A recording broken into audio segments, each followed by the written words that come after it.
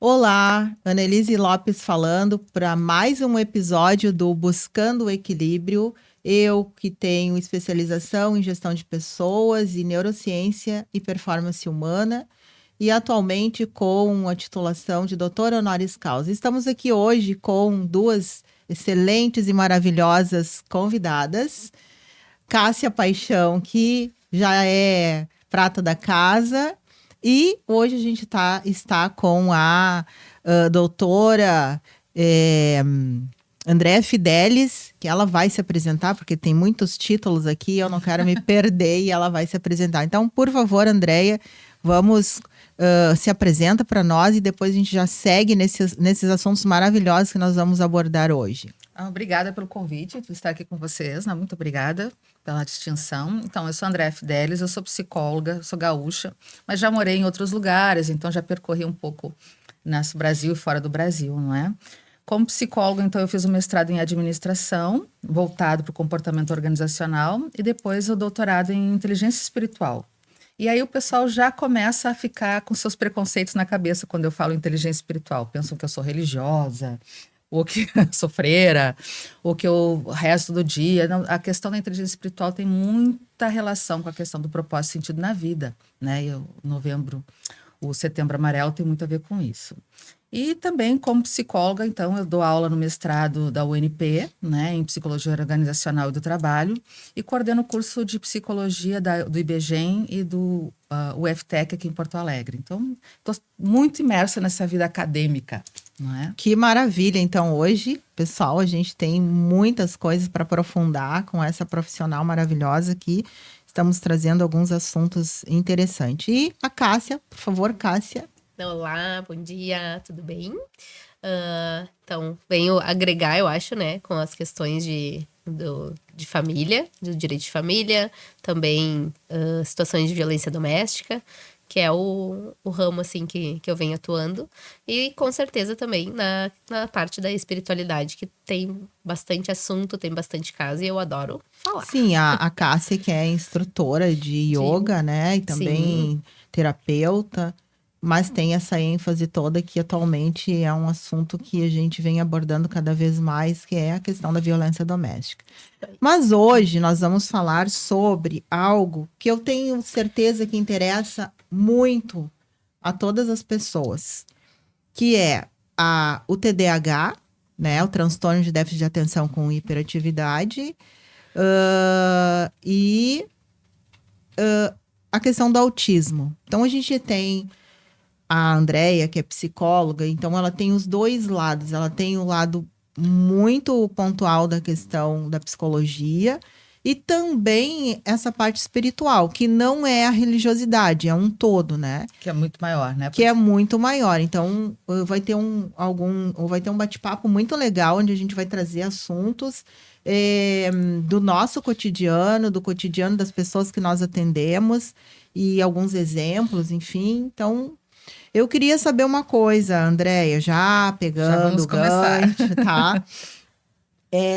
Qual a tua visão, né, do TDAH, dentro da questão da psicologia, mas fazendo uma alusão com a espiritualidade? Tu disse que tu tem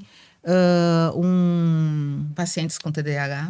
Mas tu tem uma especialização, um doutorado, como é que é? Inteligência espiritual. Maravilhoso. Eu não sabia que tinha essa parte da psicologia trabalhando com isso. E é muito importante porque se cada vez mais tivermos esse acesso, melhor vai ser melhor serão os tratamentos, né? Para as pessoas que buscam a psicologia e tem esse viés, entender que tem uma parte espiritual aí por trás e que a gente não pode deixar de abordar. Nós começamos com essa ideia de que o corpo era só corpo, né? Tudo era resolvido pelo corpo, então a psiquiatria vinha com os remédios, com o sistema neurológico, com o cérebro, como se a gente fosse tudo fruto do cérebro da gente. Evoluímos e vimos que as relações, o emocional, o inconsciente existe, isso só tem 100 anos. porque Freud descobriu essa questão do bem novinho, inconsciente. né? Há muito pouco tempo. Só que nós não paramos aí, a gente viu que depois da emoção tem uma dimensão nossa, que é a nossa dimensão espiritual, que ela faz toda a diferença na condução da nossa vida. A gente tem aí um grande número de ansiosos e deprimidos porque perderam o seu caminho de vida, perderam uma forma de se atuar no mundo. E se a gente vive sem sentido e sem propósito, a gente está sem a nossa espiritualidade, a nossa parte divina. E não divina de Deus, mas da nossa divindade imaterial, porque a gente não é só matéria, a gente não é só corpo. A gente é corpo, daí por isso a parte cerebral e física.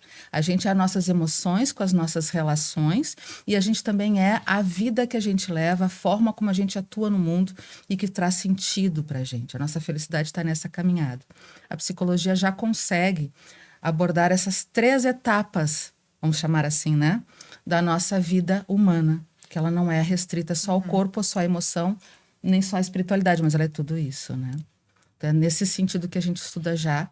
E no Brasil ainda tem muito pouco estudo sobre inteligência espiritual. Eu sou uma das poucas pessoas que escreve, não usando essa palavra, inteligência espiritual, de forma coloquial, porque as pessoas, eu tenho inteligência financeira, eu tenho inteligência administrativa, elas usam como uma palavra comum. Porque né? Mas eu não é acredito isso. que ainda seja um tabu, pelo menos aqui no nosso país, apesar de a gente ouve muito aquela coisa do o Brasil é o celeiro do espiritismo, digamos assim. Sim. A gente tem que entender que espiritualidade não é espiritismo. Não é religiosidade, né? Não é uma religião. Não é religião. Mas o que acontece? Hoje, eu acredito que as pessoas estão buscando mais, porém ainda não entendendo exatamente o que é essa espiritualidade, a inteligência espiritual. Porque quando a gente começa a entender que a espiritualidade está em tudo, independente do que esteja acontecendo, a espiritualidade está em tudo, né? Ela é o grande guarda-chuva que dá sentido para a vida da gente, né? Tudo que eu faço na vida, se não tem sentido, é como se a espiritualidade nos chamasse para essa busca, para esse caminho de vida que faça a gente perceber que a gente fez esse mundo um pouquinho melhor, né? Do dia que a gente for embora, do dia que a gente chegou. Eu transformei a minha vida e as pessoas que estão em torno de mim, não com grandes coisas, mas com aquilo que é a minha parte. Eu tenho que olhar para a minha vida e sentir que valeu a pena. Então, a inteligência espiritual é esse chamado, esse incômodo. O que tu está fazendo da tua vida? O que tu está buscando para a tua vida? Que forma tu está impactando, tu está gastando o teu tempo dentro desse universo? O que tu está trazendo? O que tu está fazendo? Perfeito isso que tu falou, porque se não tem sentido, se não tem sentido o que tu está fazendo aqui nesse plano, né, terrestre, a nossa vida...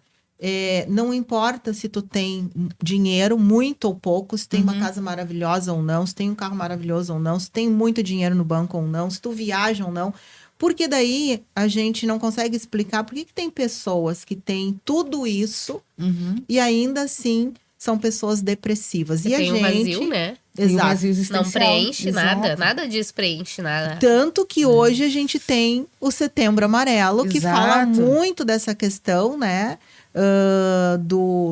Da parte mental, perdeu o caminho, perdeu o sentido. É como se tu estivesse trilhando uma estrada e daqui um pouquinho terminou aquela estrada e tá aí pra onde eu vou, o que eu faço? Ou olha muito pro futuro, daí vem a ansiedade, ou o excesso de passado, daí vem a depressão, né? Exato. E o Brasil é campeão, né, Cássia? Nós temos 60, eu não quero mentir, mas a OMS descobriu que o brasileiro é o povo mais ansioso do mundo. Sim. E o mais deprimido também. Nós somos 61% de pessoas com diagnóstico de depressão ou com um episódio de depressão na sua vida. Imagina, 60% é muita coisa. É muita coisa. Então, a gente tem uma questão aí que vai de 8 a 80, porque se a ansiedade é olhar pro futuro e a depressão pro passado, então tem... aqui, vai de um lado ao outro. E porque nunca normalmente olhar quem é depressivo também é ansioso. Exatamente. Né? Então começa uma ansiedade, vai indo e vai para uma depressão. Porque não consegue olhar para o presente, né? Aproveitar, avaliar aquilo que está vivendo no presente, é para curtir o momento. É sempre essa busca, e daí olha para trás, mas eu não aproveitei, eu não vivi, eu não curti, e aí vai. E aí mistura as duas. E essa busca, esse vazio que tu fala faz muito sentido, Cássia, porque é isso, esse vazio mostra que preenchimento dele é pela nossa inteligência espiritual. É por encontrar sentido. E não é de fora, é de dentro. Então as pessoas ficam fazendo um monte de coisa. Eu preciso estudar é ótimo, eu estudo bastante, né? Vocês também. Mas eu preciso estudar, eu preciso ter dinheiro, eu preciso casar, eu preciso ter filho, eu preciso ter carro, eu preciso não sei o quê. A gente não precisa nada, não é de fora que se preenche. Tá sempre buscando fora. E na verdade tu tem que encontrar o teu verdadeiro eu para te saber o que realmente tu vai buscar fora para que faça sentido também, mas o sentido maior tem que ser de dentro, né? É sempre de dentro, senão esse buraco fica sempre grande, tu não sabe para onde ir. De qualquer caminho serve. E o erro das pessoas, eu passei por isso. O erro das pessoas, o meu erro foi achar que eu tinha que ter uma vida protocolar. Então, assim, eu tenho que estudar, eu estudei. Eu fiz a faculdade, agora tenho que ter uma carreira, eu investi muito na minha carreira. Agora tenho que ter uma casa, tenho que casar e ter filhos. E aos 42 anos eu tinha uma profissão, tinha uma casa, tinha um carro, era casada, tinha meus filhos. E eu disse, meu Deus, acabou a minha vida. Agora? Acabou? E agora? Acabou a minha vida. Isso, tô falando, faz sentido, tipo, tá aí agora. Só tem 42 anos, o que eu faço? Porque normalmente a gente acha, quando chegou naquilo que tu projetou, que projetaram pra ti, então terminou. Encerrou. Eu disse assim, eu vou esperar agora meus filhos casarem pra eu cuidar dos netos. Eu vou ficar velha no sentido da velhice, a vida acabada. Sim.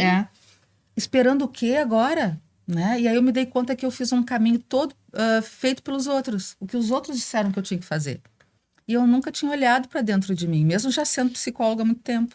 Eu nunca tinha olhado para dentro de mim o que realmente fazia sentido para mim. E aí eu entrei em depressão. Eu entrei numa crise depressiva ali, não conseguia ver sentido em ficar com os meninos, em continuar trabalhando, em acumular mais dinheiro, vamos chamar assim, né? Porque eu estava com a vida mais estabilizada naquela altura. Porque tudo parecia vazio. Mas o vazio estava dentro de mim. Foi aí que eu encontrei, busquei fazer coisas novas, busquei aquilo que fazia brilhar meus olhos. Foi aí que eu fui buscar para mim, né, o sentido da minha vida e acabei indo fazer o doutorado em inteligência espiritual. E aí a minha vida mudou, porque apesar de eu ter continuado estudando sobre isso, e eu sou uma estudiosa, exato, acho que todo mundo que quer encontrar um sentido na vida é sempre um buscador, né? Aquilo foi não foi o final da caminhada, mas foi o início de uma nova estrada, né, que faz muito sentido para mim. Foi muito bom para mim ter chegado nesse lugar. Foi a minha inteligência espiritual gritando, e aí, o que tu vai fazer dessa tua vida? E agora? E agora? Perfeito. Maravilhoso poder saber que existe um caminho dentro da psicologia que é esse lado espiritual, porque eu amo essa parte da espiritualidade, né? Mas, Andréia, vamos falar um pouquinho sobre o TDAH. Vamos né? lá. Dentro disso tudo, que é o mais importante. Porque tu, como terapeuta, tu tem uma visão... Terapeuta não, como psicóloga, e nós, como terapeutas, temos, né, uma visão. Mas dentro da espiritualidade, existe também uma explicação. Não podemos dizer que é só isso ou só aquilo. Se a gente está falando que nós somos um todo... corpo, mente e espírito. Exato. Até mesmo aquilo que aparece, que o TDAH não é uma doença, mas é uma situação que se mostra e que precisa ter uma forma de tratamento, e o tratamento não necessariamente é medicamentoso, o tratamento é como tratar aquele ser que foi diagnosticado com TDAH. Vamos fazer então pelas etapas que tu trouxe muito bem. A parte física, o que é o TDAH, né? É um cérebro acelerado, né? Que não consegue, às vezes, se controlar. Então, que pensa muito rápido, que faz muitas conexões, e por isso ele fica exausto, porque isso gasta muita energia, né? Então, a hiperatividade também é para dar conta desse pensamento acelerado. Então, tem muitos pacientes TDAH adultos que se culpam por procrastinar, por serem lentos, por não conseguirem ir em direção aos seus objetivos, mas porque eles ficam exaustos em controlar esse pensamento acelerado.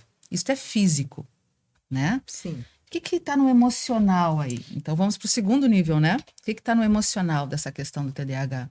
Tem toda uma família, uma estrutura social que não entende essa nova forma de expressão. Sim. Porque elas não estão errados. É apenas diferente, né? É só diferente. Como a gente tem dificuldade, Cássia, de aceitar o diferente na vida, né? Exato. Todo mundo tem que estar numa forma. Na caixinha, né? Que eu chamo a caixinha. Se não tá na caixinha, tu tá fora. Se tu tá fora, tu sofre. E antigamente não tinha TDAH, só existe agora? Não, deve ter sempre existido, né? Mas daí era escanteado, ó, vai para uma escola, então, vai para uma escola especial, vai para um, sei lá, vai para um Eu não manicômio. sei nem se era isso que acontecia, porque sabe aquelas histórias assim, isso é coisa de fulano. Só podia ser o fulano a fazer isso. Sim, tipo, o fulano agitado. é loucão. O hiperativo, lembram da época das escolas, há uns 20 anos atrás, que toda criança era hiperativa? Exato. Né? Não era TDAH. Na verdade, hoje a gente tem mais episódios de TDAH, não só porque a gente entende mais isso, mas porque as crianças não têm expressão física. Antigamente a gente brincava na rua, corria, gastava energia. Imagina um TDAH com pensamento acelerado e preso numa vida, num corpo que não se mexe. Sim. É óbvio que vai aparecer mais hiperatividade, porque a gente não tem espaço para essas crianças brincarem, criarem, imaginarem. Não tem espaço, é todo mundo robotizado na frente de uma tela. E aí esperar que isso não tenha reflexo cultural é impossível. É impossível, difícil. Então, muitas pessoas estão sendo diagnosticadas com TDAH, muitas crianças, e é simplesmente porque essas crianças não têm espaço para brincar, para criar e para se mexer. E a mente continua acelerada. É por isso que eles interagem muito bem com os joguinhos no celular e no videogame. E daí, de alguma certa forma, tá seguro, ponto. Tá seguro dentro de casa. Seguro para os pais, tá dentro de casa. Tá no quarto lá, tá brincando, tá... Ok, tá debaixo do meu olho. Né? Então, é diferente de 20 anos atrás, que podia ainda brincar na rua, que acho que o índice de violência não era tão gritante, né? Tão elevado quanto é agora. Tinha menos insegurança, exatamente. Né? Ou tinha mais espaços, né? As mulheres trabalhavam, mas a maioria já ainda ficava mais dedicada à criação família. Dos filhos, né? Então, já eram as mães na pracinha, eram as mães ali tomando chimarrão na frente de casa e os filhos brincando na rua. Então, e agora não, agora a mulher também, né? A mulher também tá trabalhando, aí o filho chega em casa e já vai... Tu traz uma questão importante, que é esse vazio que a família ficou. Eu não tô dizendo que as mulheres têm que ficar dentro de casa, não é isso, né? Mas o vazio que a casa ficou, porque ninguém mais se ocupa das crianças. Quem é que se ocupa das crianças hoje? As escolas. E as escolas, elas não são, por mais afetivo que as professoras possam ser, elas não são mãe, pai, avó, tio, tia. Sim. Elas são um profissional que tem que dar conta de muitas crianças. Sim. Dentro de um conteúdo, de um programa. Então, as crianças não têm mais ninguém. Elas estão vazias. E quem é que tomou esse lugar? Não foi nem as escolas, foram as telas, né? E aí é muito fácil diagnosticar mesmo as crianças com TDAH, com espectro autista, com, sei lá, transtornos bipolares e muitas coisas que hoje tem, porque ninguém está olhando para essa criança e dando espaço para ela se expressar. Ela tem que ficar muito calma. Aí, Annelise, eu sei que tu traz muito esse assunto, a questão de medicar essas pessoas para todas ficarem formatadas, formadinhas, quietinhas, paralisadas, né? E não deixar as pessoas se expressarem. A gente corta todo o processo dessas crianças pela medicação. Elas não são só corpo. Se elas estão agitadas, se elas estão estressadas, se elas estão deprimidas, algo está acontecendo ali. E a gente precisa ver. Tomar o remédio é amortizar. E aí o sintoma para. E aí, como é que eu vou saber o que essa criança tem? Exato. O problema continua lá. Né? Eu tenho um exemplo depois para dar para você sobre isso, um exemplo real na minha família que aconteceu com a medicação. Mas antes disso, eu queria saber da Cássia, que trabalha com essa questão do direito de família e que tem essa experiência como terapeuta também. Se esse assunto que a gente está trazendo, que é o TDAH, é algo que tu vivencia no teu trabalho, no teu dia a dia? Como é que funciona isso? Porque eu sei que não é fácil quando os pais não têm esse entendimento, e a gente já sabe que está dando, há muito tempo, já vem dando problemas sérios dentro das escolas, porque os professores não estão capacitados, digamos assim, para trabalhar com várias crianças que estão sendo diagnosticadas com TDAH. E como que lida com essa criança em casa? E às vezes é a criança, mas ela também tem um adulto ali, porque segundo pesquisas, toda criança que é diagnosticada com TDAH, ela tem um pai ou uma mãe, ou pai e mãe que tem TDAH. Então, ali já tem alguma coisa que precisa ser olhado com lupa. E aí eu acredito que deva ter, por exemplo, dentro do trabalho que tu faz, do direito de família, situações que refletem, e às vezes refletem de uma forma muito negativa, né? Porque, por exemplo, assim, ó, num ambiente familiar disfuncional, né? Em que ocorre violência, ocorre negligência, e aí a criança tá mais em tela. Aí vamos lá, diagnostica com TDAH, diagnostica com autismo, porque ela não interage, porque, sei lá, encontra ali N fatores que coincidem com aquele comportamento dela. Tá, vamos diagnosticar. Aí, não basta aqueles fatores, aqueles pré-fatores ali, né, de convivência, etc. Temos um diagnóstico. TDAH, ou autismo, ou TOD, ou qualquer outro transtorno. A partir dali, então, a criança ganha um carimbo na testa, tá? E aí, o que acontece com aquela família? Então, daí é mais demanda, geralmente, pra mãe.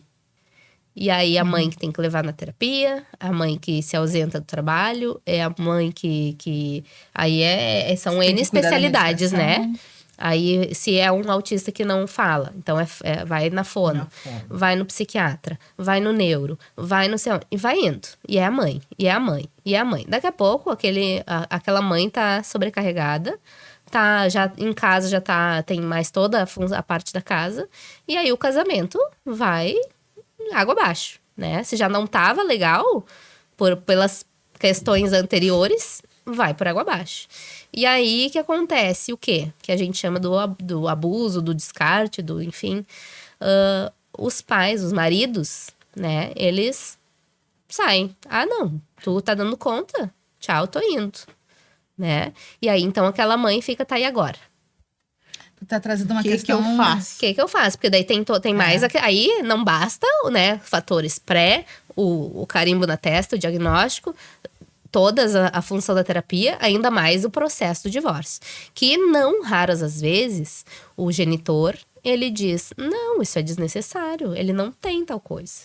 Então, eu não vou pagar, pago escola, eu pago alimentação. Mais um problema a ser resolvido. Então... É um duplo abandono, não é? Exato. Apesar das mulheres terem saído para trabalhar fora e a família ter ficado com esse vazio, ainda está muito sobre a mulher a maternidade. Como se o homem ainda não tivesse essa responsabilidade.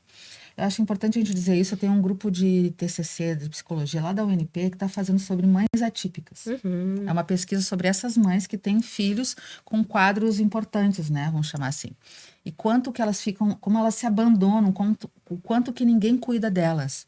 E o quanto que elas adoecem, porque elas não vão buscar ajuda. Porque toda ajuda... Prioriza o filho. Inclusive financeiramente, porque é pesado. Né? Mesmo que tenham recursos do Estado... Muitas vezes ele não supre todas as necessidades. Sim, é uma dificuldade para tu encontrar especialistas credenciados que atendam o teu plano.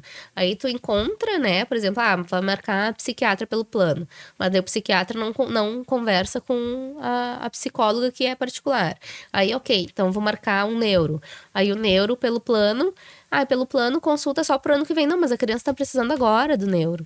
Tá precisando para daqui uma semana, 15 dias, 20 no máximo. Não, só a agenda para, sei lá, abril, maio do ano que vem. Aí então, mas e particular? Pagando, sei lá, R$500. Para R$500 para uma mãe que recebe, de repente, de pensão 500 ou 1.500 de pensão. E tem todas as outras... E os outros filhos, né? Que também estão abandonados. Há uma situação de abandono muito importante em todo esse contexto familiar. Isso, né? E aí a gente entra nessa parte do abuso, da violência doméstica, de questões assim, que a violência doméstica não é só a física, a psicológica também. Essa sobrecarga, né? Exato. Então, quando a gente fala de uma criança TDAH, ou quando a gente fala de uma pessoa com qualquer diagnóstico psicológico, a gente está falando de uma família afetada, não de uma pessoa afetada. A gente mesmo que as pessoas tenham uma estrutura boa financeira, que o casal pegue junto, afeta todo mundo. E negar esta parte, por exemplo, olha, meu filho tem TDAH, que é um transtorno, e é muito diferente, tá, gente, de autismo, que é outra questão, a gente já vai falar sobre isso. Mas quando há esse diagnóstico, às vezes as pessoas preferem mesmo levar para o psiquiatra, para o neuro ou para o pediatra, porque é só físico. E não precisa pensar nas outras dimensões, que é emocional e espiritual, que também está ali relacionado, né? Porque daí eu não tenho responsabilidade nenhuma, é corpo medico, ponto. E acabou a responsabilidade. Não, isso não acontece. A gente está falando de um sistema que é afetado por qualquer diagnóstico que é dado para a família.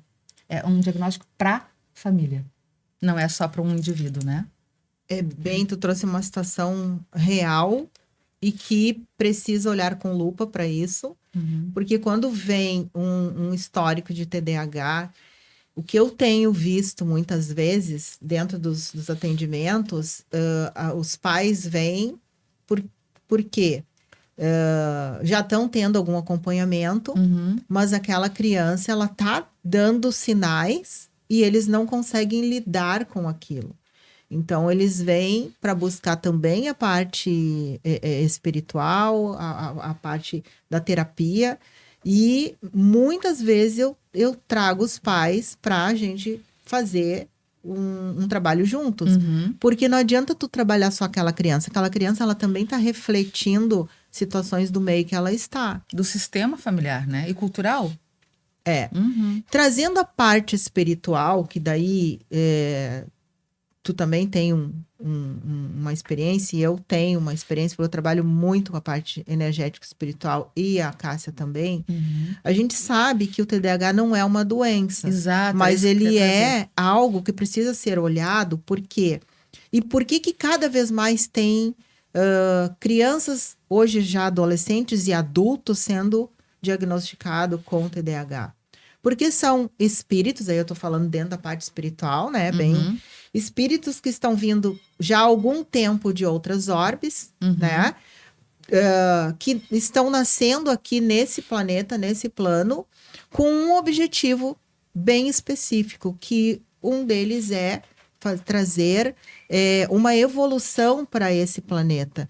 Só que esses espíritos vêm de outras orbes que com uma outra energia, e eles estão entrando aqui nesse planeta, tendo que se acostumar adequar a frequência, né? Se adequar com as situações que ocorrem, e muitas vezes nascendo dentro de uma família extremamente com aqueles pensamentos rígidos, padrões. E aí, aquela criança, ela serve como quebra de crença. Um ponto onde todo mundo tem que olhar para aquilo e começar a busca. E não é um nem dois que chegam até a mim, no consultório, e onde eu tenho que trazer toda essa parte espiritual, o olhar, o entendimento. Estão fazendo tratamento dentro da medicina, fazendo alguns, inclusive tomando remédios, enfim, mas é importante trazer essa parte espiritual para eles poderem entender e lidar com as coisas que acontecem com aquela criança e está acontecendo na família também. O que me parece muito é que, assim, a gente vai crescendo e tem o costume de virar o espelhinho, né, pro outro. O outro isso, o outro aquilo, o outro... Aí vem, né, a criança, pum, caiu de paraquedas lá na família, ganhou o carimbinho de TDAH, de autismo. E aí, o que o espelhinho faz? Excelente metáfora, Cássia. Nossa, excelente metáfora, forma de explicar. O que eu tenho que mudar? Como que eu tenho que enxergar? Eu tenho que... Olha, é só uma criança, vamos... E que muitas vezes é difícil para esse pai ou essa mãe virar esse espelho e ver. É um reflexo. Eu também tinha isso, eu também penso assim. Só que agora é o filho, é o teu bem maior que tá ali trazendo situações e que tem que ser trabalhado. E que se em algum momento, né, as pessoas apontavam o espelhinho para ti, se tu tinha alguma daquelas características, agora é o momento de, então, se olhar, se perceber e então eu vou defender o meu filho, vou brigar pelos direitos dele, eu vou brigar pelo respeito por ele, pela inclusão, enfim. Mas os filhos sempre são uma oportunidade da gente se olhar, porque eles são parte nossa. Sim. Claro, tem a individualidade que são deles, mas muito do que eles trazem ali tem uma parte que é nossa que não foi curada, não foi vista, não foi analisada. Então, os filhos são essa oportunidade. Eu adorei essa metáfora que tu usou do espelho, porque ele tem os dois lados, né? Tu te enxerga e tu precisa olhar para o outro e olhar para ti o tempo todo. Acho que a Annelise trouxe uma coisa importante. O TDAH não é doença, gente. Então, não vamos rotular as crianças como doentes ou os adultos como doentes. É uma forma de funcionar cerebral acelerada. Então, essas pessoas precisam aprender a controlar os seus pensamentos, controlar a sua ansiedade. Por que o TDAH é tão ansioso? Porque, como ele pensa muito, ele faz vários cenários futuros, com várias questões, né, em volta. Divertidamente, no filme, né? Exato. As crianças adoraram. Mas o Laranjinha, né? O personagem Laranjinha lá é a ansiedade. Então, ela... Pum, a partir dali desencadeia, eu acho que são os pensamentos. Sim. Pensamento em cadeia, assim, e aí ela vai imaginando. Muitos cenários, né? Vai dar tudo errado, e vai isso, e aí ela quer uma produção. E aquela produção de pensamentos, né, disfuncionais enfim. E se preparar para todos aqueles cenários diferentes. Exatamente. Então a menina, aí ela sua, ela tem taquicardia, ela fica vermelha, sabe? É muito tenso. Todos os efeitos colaterais da ansiedade. Exato. E aí, claro, a pessoa diz assim, olha só, essa pessoa está sempre parada. Parece que, né, todo esse movimento é interno. E parece que a pessoa está ali congelada. Por isso ela está sempre estressada e cansada. Uma das características do TDAH, no adulto, é a procrastinação. Diz, eu não consigo me mexer. Ele está exausto. Sim, então, parar de se culpar um pouco, não é? E ver que isso também é produto das suas questões com o TDAH. Por isso, a gente tem que pensar, vale a pena medicar ou não vale a pena medicar? Acho que a gente tem essas duas experiências, né? Mas eu acho que é muito importante a medicação e a terapia. Porque um não substitui o não, outro. Não, nunca. Eu acho que vão se complementar. Porque daí, ok, tomou medicação, mas Pronto. nada mudou. Né? Tomei medicação, mas e fez o acompanhamento? Conseguiu organizar diferente, né? Conseguiu organizar os teus pensamentos ou a tua rotina de uma outra forma? Porque só o medicamento não vai dar conta. Ele vai ser um band-aidzinho ali. Até porque o medicamento, ele tem uma durabilidade. Então, eu tenho um exemplo que eu disse para vocês. O meu sobrinho, quando ele tinha 2 anos, eu comecei a perceber a movimentação dele. E eu comecei a estudar muito sobre a hiperatividade, sobre as crianças índigos, né, dentro da parte espiritual. E eu comecei a avisar para o meu irmão, né, minha cunhada, eu acho que ele tem hiperatividade. Mas, como muitas pessoas, às vezes não dão bola. Só que quando chegou na época da escola, que é o momento que mais dá... Porque daí a visão tá todo mundo olhando, ali, né? Porque ele não consegue focar, né? E aí ele não conseguia, porque, era uma história, caiu uma borracha no chão, ele fazia toda uma volta, e aí ele demorava, daí ele não prestava atenção direito, não que não tivesse, que ele fosse... Tivesse um déficit. Não é que ele não conseguisse absorver, é que tudo chamava era mais atenção. Interessante. E daí começaram as histórias, né? Então, assim, procura neuropediatra, procura... psicopedagogo, procura psicólogo, procura isso e aquilo, e não tinha bem um diagnóstico, até que chegaram no diagnóstico, aí, tem que dar remédio. E aí ele já estava uns 8 anos, mais ou menos, e aí foi trocando de escola, porque as escolas não conseguiam, não tinha, assim, uma inclusão no primeiro momento. E aí começaram a medicar, e era terrível, porque, assim, quando davam medicação, ele parecia um robozinho, que daí ele ficava todo... Ele não interagia, e ele era muito, né? Ele não interagia, ele parecia um robozinho mesmo. E aquilo começou a fazer muito mal. Até que conseguiram colocar numa escola que trabalhava com meditação, trabalhava com... Você achou, caiu no lugar certo. Nossa, foi melhorando. Hoje ele já é adulto, tem 20 e poucos anos, trabalha dentro de uma área que ele está acelerado do jeito que ele gosta, que é a educação física, e está interagindo o tempo todo.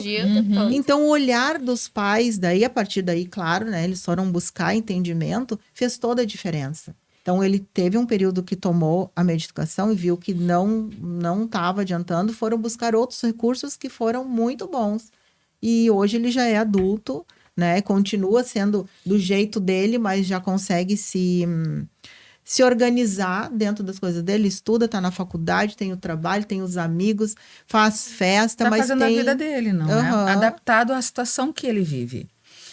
Eu tenho pacientes que eu disse, olha, acho que tu tem que tomar medicação. E alguns que eu disse, não, tu não precisa tomar medicação. Qual é a diferença? É o que a Cássia trouxe. É a questão da terapia mesmo. Um deles estava tão ansioso, ele tinha pouca estrutura emocional, que o TDAH fazia... ele perdeu um estrago, ele não conseguia focar no trabalho, ele estava sem dinheiro, ele não conseguia render. Eu disse, não, olha, neste momento tu precisa da medicação para desacelerar, tu não está conseguindo sozinho. Tu não tem estrutura para isso. Então ela vai ser um aliado no teu tratamento.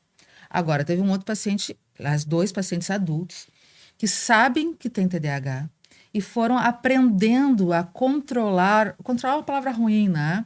Foram aprendendo a administrar sua mente, administrar esse excesso de pensamento, a administrar a ansiedade, a ajustar-se no exercício físico, porque ajudava a gastar adrenalina, né? Liberação de hormônios, enfim, aí... Sim, foram se ajustando, mas eles tinham uma outra estrutura terapêutica, fazem terapia. Né? Por isso que a terapia, como a Cássia estava falando, é fundamental, porque faz tu te conhecer cada vez mais e ver como é que tu funciona diante de determinadas situações do teu dia a dia. Exato. E aí tu não te conflita com as pessoas, com as situações e contigo mesmo. E ele conseguia, no caso são 2 rapazes, eles conseguiam perceber quando eles iam perder o controle, quando eles iam começar a ficar... na crise.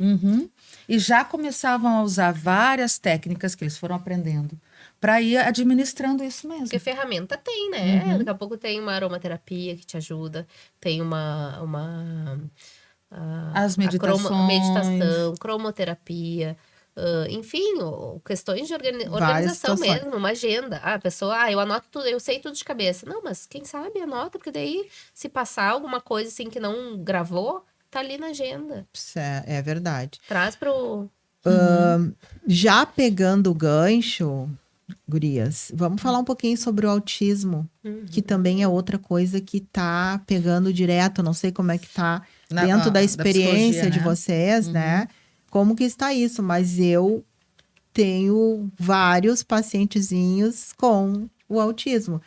E o que acontece? Falando também da questão do lidar, saber lidar, os pais lidarem, né? Alguns lidam bem, tipo, tranquilo, levam isso como dentro de uma normalidade. É claro que tem as diversas terapias, é fonoaudiólogo também, é a terapia cognitiva, alguma coisa assim, comportamental, fisioterapia muitas vezes. Enfim, são vários profissionais que fazem parte, né? Do atendimento dessa pessoa. E aí pessoa. Entra o que também já foi falado, quem é que fica sobrecarregado? Normalmente mulheres, né? Mulheres ficam sobrecarregadas. Eu tive uma pessoa, uma mulher que eu atendi, os 2 filhos dela nasceram com autismo. E um dia, ela, na terapia, disse assim, eu vejo a minha vida está passando e eu dentro de um carro dirigindo. Porque como ela tem 2, ela passa o tempo todo, pra frente, manhã e tarde, porque um tá na escola de manhã, outro tá na escola de tarde. Conta, então, né? ela tem que acompanhar em todas as terapias e acompanhar o outro também. Então... E parece que é olhando assim, né? Parece que é um eterno luto. Porque a cada etapa que a criança, vamos dizer assim, o amiguinho lá, a turminha, os colegas estão fazendo tal e tal coisa, e o teu ainda não. E o teu, de repente, nunca vai fazer, né? Nunca vai chegar naquele nível. E aí, o se trabalhar, o enterrar, né? Aquela expectativa, aquele sonho ali, né? Porque quando tu gesta um filho, tu tem expectativa de que nasça saudável, né? Sim. E faça, né, o caminho escolar ou a vida adulta. Dentro daquilo que se espera, né? Dentro do esperado. E aí, quando tem um diagnóstico, ok, tem aquele luto, né? Poxa, tá, e agora? Mas daí vai passando fase... Tá, mas os outros coleguinhas estão evoluindo, estão escrevendo, estão correndo, estão falando, estão não sei o quê, e o meu não fala. E o meu não corre, o meu não interage, o meu... A comparação, eu tenho visto isso bastante também, não sei como é que é dentro da psicologia, o que tu vê, Andréia. A comparação, mas o meu filho... Porque as pessoas querem né? Sim, Os seus tudo filhos igual. perfeitos, aquela coisa assim, não, ele é um bom aluno, se desenvolve é o formadinho, bem. né? O quadradinho de Isso, novo, a né? caixinha. E vem muito isso, mas o fulano... Ou com os próprios...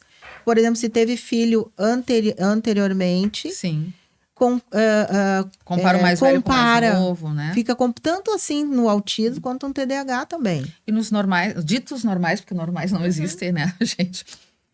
Eu acho que a gente está falando de vários níveis de transtorno autista, né?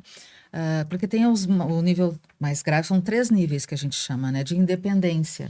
Quanto mais dependente ele é de outra pessoa, mais grave é o nível de autismo desta pessoa. Mas tem pessoas que têm realmente sintomas bem leves, que são os... Grau 1 de suporte, né? Que não precisam de muito suporte, que conseguem se desenvolver. De qualquer forma, hoje em dia está uma pandemia, eu digo, de autismo, porque tem pessoas que têm alguns traços. Sim, mas já bota na caixinha. Mas já põe lá, Isso é autista. Isso é tão perigoso. Eu penso, gente, que é tão perigoso, porque, como foi dito, coloca aquela tarja, No momento que colocou aquela tarja, a própria família já muda o olhar em relação àquele ser humano.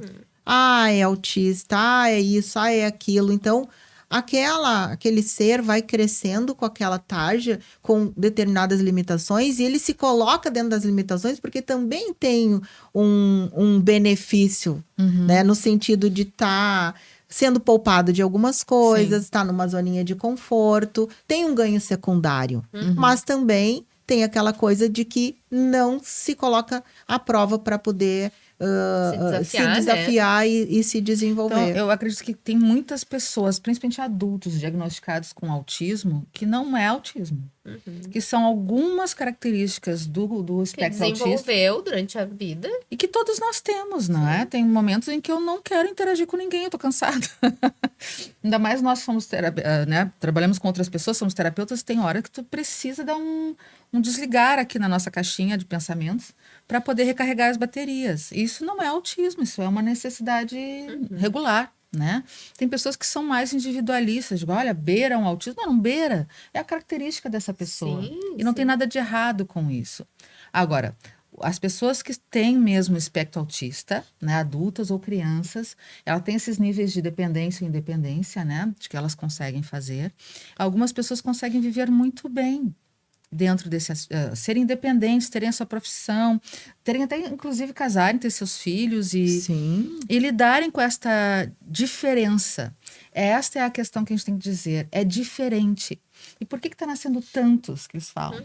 Né? Aí vocês podem trazer o aspecto mais espiritual, mas primeiro não sabia o diagnóstico. Segundo, só se diagnosticava os casos graves. Aquele mais dependente, aquele menos autônomo, né? Hoje se vê que tem outros níveis de autismo. E eu acredito que a gente está podendo olhar, porque nada é por acaso esse grupo novo de pessoas com vários tipos de transtornos e dificuldades. Para a evolução de todos. Das pessoas poderem tolerar a diferença, porque nós não somos iguais. Nós somos todos diferentes, somos parecidos. Nem melhores, nem piores que ninguém, só somos diferentes. Indivíduos, né? E a gente, a gente precisa olhar para as nossas diferenças e aprender a respeitar isso. Teve um momento que era desrespeitada a cor da pele, muito fortemente. Depois teve um momento que era desrespeitada a sexualidade das pessoas. Ainda é. E agora a gente está vendo que as pessoas todas têm comportamentos muito diferentes. E espiritualmente eu vejo que a gente precisa aprender a respeitar as diferenças. Que todos nós temos a nossa história, a nossa caminhada. E vamos lá trabalhando com esses diagnósticos, essas formas exageradas que a psiquiatria e a psicologia, infelizmente, às vezes colaboram. Né? Exato. Dentro desse aspecto espiritual, né? E eu quero dizer assim, dentro de tudo aquilo que a gente vem estudando e os estudos e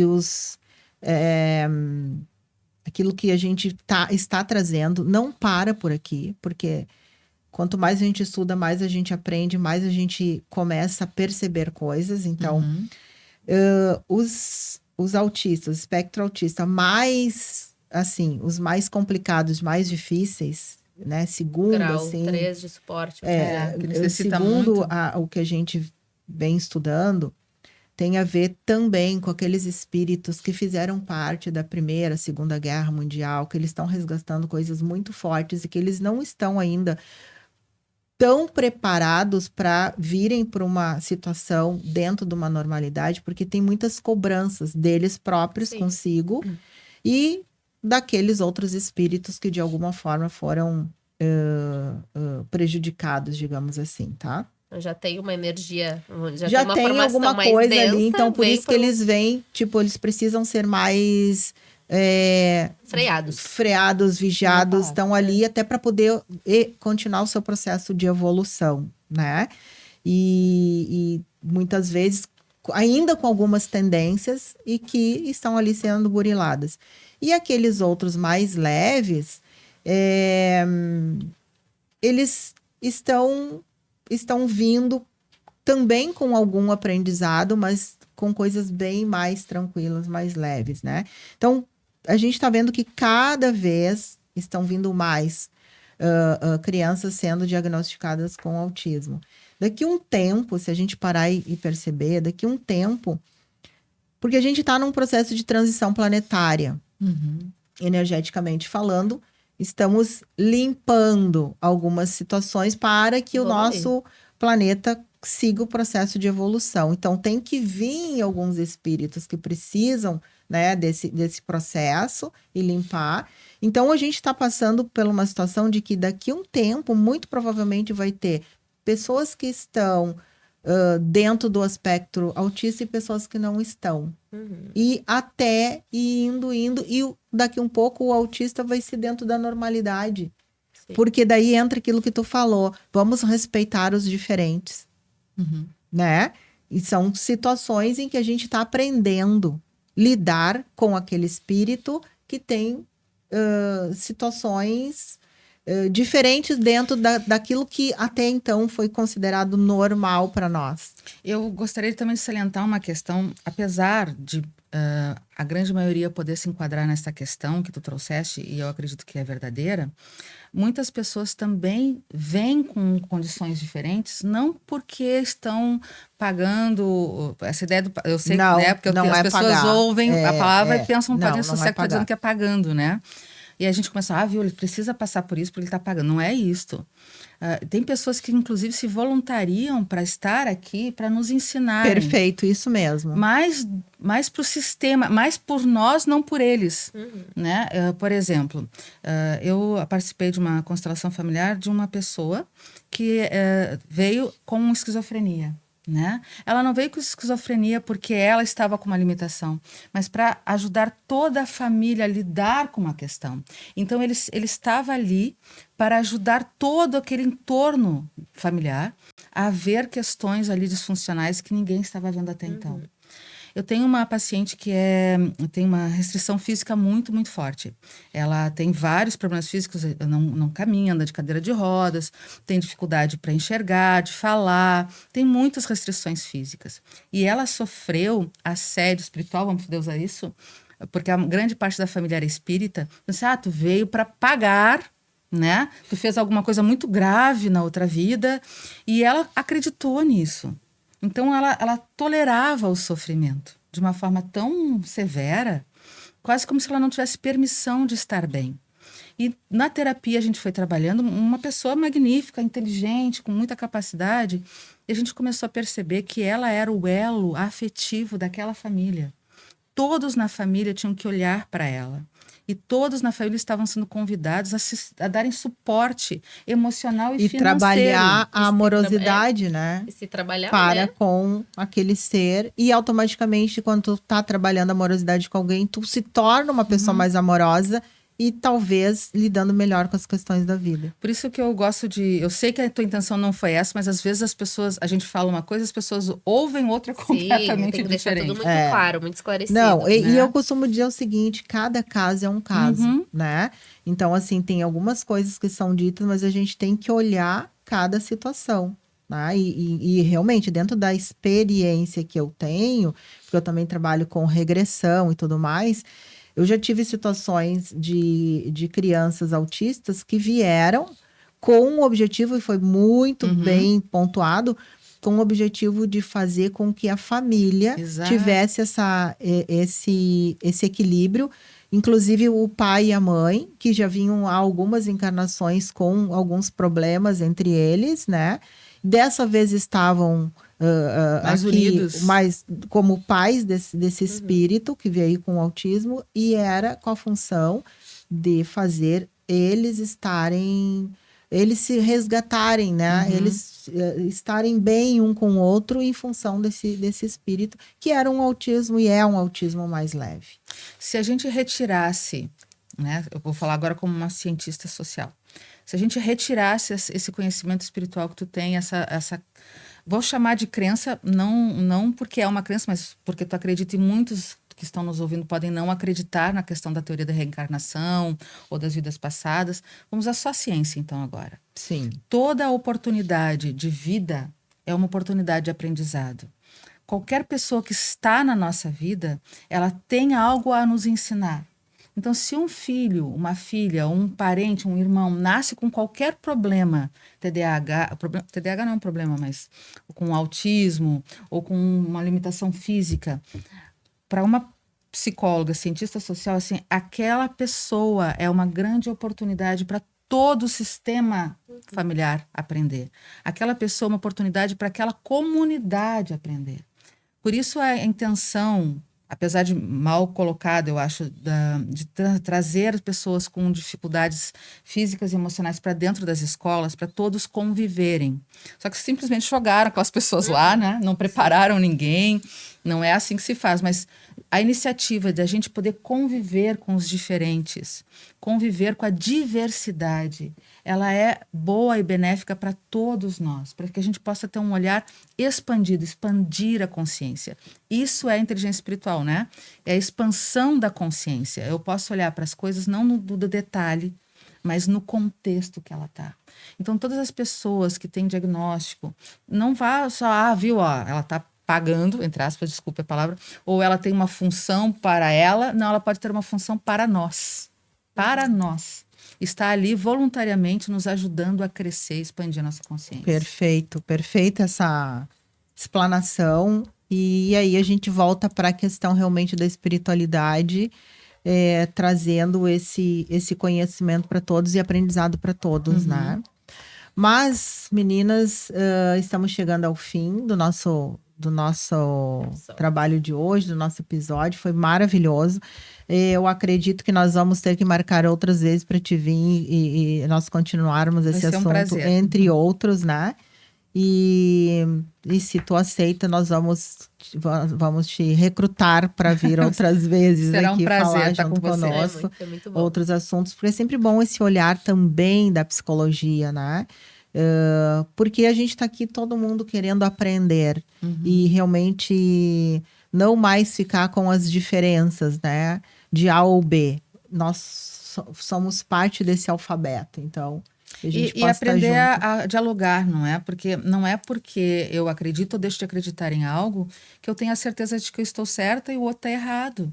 Eu não vejo por esse lado, mas eu posso respeitar a visão de cada um. Porque a verdade nós não sabemos. Não sabemos, exatamente. Existem muitas verdades. Então, mais uma vez agradecendo. Obrigada. E até a próxima vez. Até a próxima. Obrigada.